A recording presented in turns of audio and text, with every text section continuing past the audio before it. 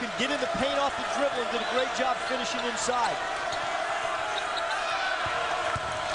Now the drive and jump stop in the lane. Walker had it blocked, and the Aussies went to head-to-head there. Ben Dowdle of Santa Clara blocking Lucas Walker, but Dowdle is called for a foul. Dowdle is a guy who's got great quickness. He gets off his feet very, very quick. He doesn't need time to gather himself, and he's an active guy. He moves very, very well without the ball. There's the scoop by Perry Petty. And now back at the other end, Dowdle fouls, and Lucas Walker at the line rattles it in. Walker, a senior, and of course WCC fans and St. Mary's fans are well aware. You've got another series, 3 more players coming from the Australian Institute of Sport to play for Randy Bennett and St. Mary's starting next year. It all started with a guard named Adam Caporn, the first, the trailblazer, so to speak, when Randy Bennett first arrived at St. Mary's. And David Patrick, one of the assistant coaches who played over there, has done a great job of keeping a pulse on who can play over there.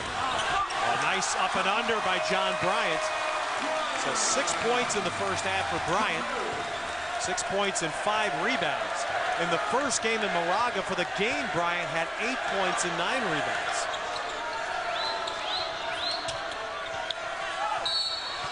Playing off the right shoulder on defense, Kevin Foster of Santa Clara fouls. It's only the 3rd team foul of the first half. There is the coach Patrick. David Patrick, a guy who's got great communication skills. He's an unbelievable recruiter, and he really has a positive attitude with these young players.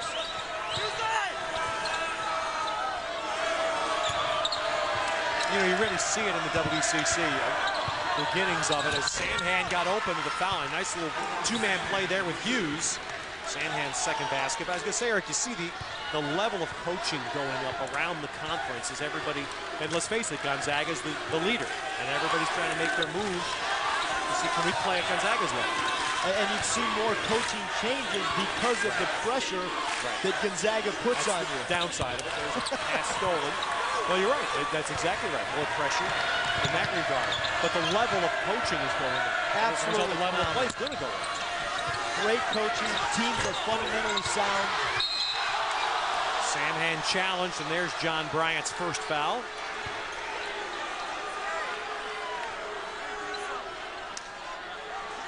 Of course, the challenge that you get often, Mark Few being the exception in the WCC, the challenge is the one that Randy Bennett's lived through. How does St. Mary's keep Randy Bennett?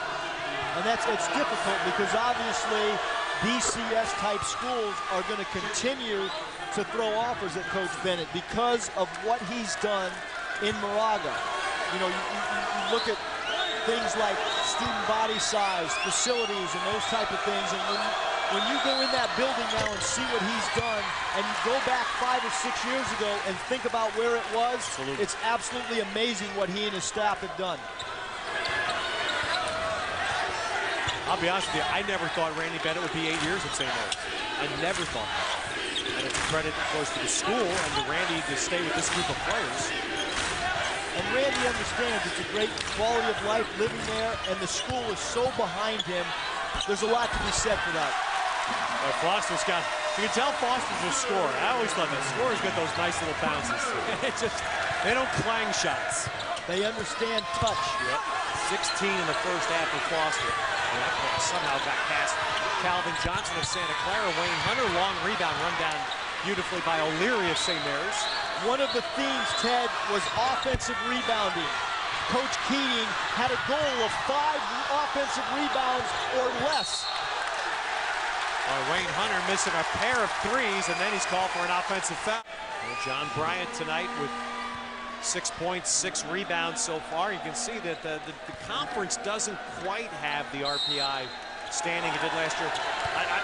I gotta be honest, I'm shocked. I hadn't noticed until tonight Portland. Portland beat Washington. Portland's had their first game of the year. And some of their losses are big-time quality losses as well. I was surprised that their RPI being as low as it is. So what that number tells you is the WCC may really maybe a long shot to match the 3 teams they were able to get in last year. That's a 2 by Foster. Well, Foster has 18 in the first half. The only shot he's missed in the first half is from the foul line. And Ted, when you think about it, going into the game, he's coming off a 31-point game against St. Mary's, so that was a huge focal point. And when a guy shoots and you think it's going in every time, when he releases the ball, you think it's good. Leary with a miss. Bryant clearing. Foster up ahead. That was a tough ball. And Hughes is back nicely for St. Mary's to break it up. Oh, behind the back. Now Hunter trying to finish. No, offline there. You can see he pulled that shot left. And on the out-of-bounds scramble, ball back to Santa Clara. You know what happens, Ted? A guy like Hunter, his role is clearly defined as a defender. Tonight, he's looking for his offense too much. What happens is a player understands, hey, they got to keep me on the floor because of my defense, so it gives him more of a green light offensively in his own mind. But that's why he's sitting on the bench now, because Coach Bennett said, hey, you got to understand your role, defend. There's Foster's night. Is Santa Clara giving him that shot? Are they willing to let Foster, or rather let Hunter shoot that ball? I don't think there's any question. You're open for a reason.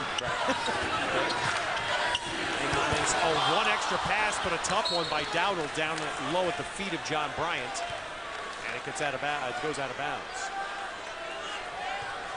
Really interesting now with Mickey McConnell has moved to the 2-guard spot. Might look to bring him off some screens.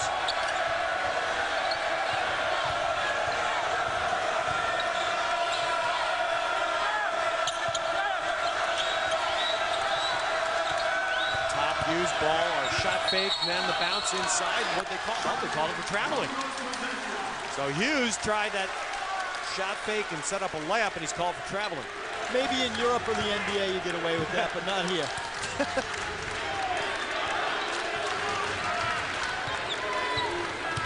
Now it's McConnell, the freshman guard for St. Mary's, getting the assignment on Kevin Foster. What great hustle play by Diamond Simpson. He's out denying at the 3-point line and then recovers off a bounce pass in the paint. Santa Clara really trying to get those bounces, trying to get that ball into John Bryant. Not able to do so, then Samhan has one rim out. But Bryant did not corral the rebound, he tapped it. Again, a goal coming into the game was to hold St. Mary's to 5 offensive rebounds or less. That's not even going to happen by the halftime. You're right. Yeah, that's 5 right now. So St. Mary's with 13 to shoot. There is a shot clock lower left. Middle pick and roll. Not much of a roll. Samhan gets it inside. Bryant contests. Loose ball. St. Mary's, no reset. And let's see. It goes out of bounds. Carlin Hughes questioning. Everybody's going to question, or should there have been a reset on the shot clock? We're going to get a timeout by Kerry Keating. John Bryant bent and now kneeling. That was a crazy scramble, which of course brings that shot clock question into play. But Santa Clara is going to end up here, Eric, with the last possession. In the lane here, we have Bryant defending Omar Samhan. He does a great job of staying down, but it looks like that left ankle might have turned, Ted. And Claire watching the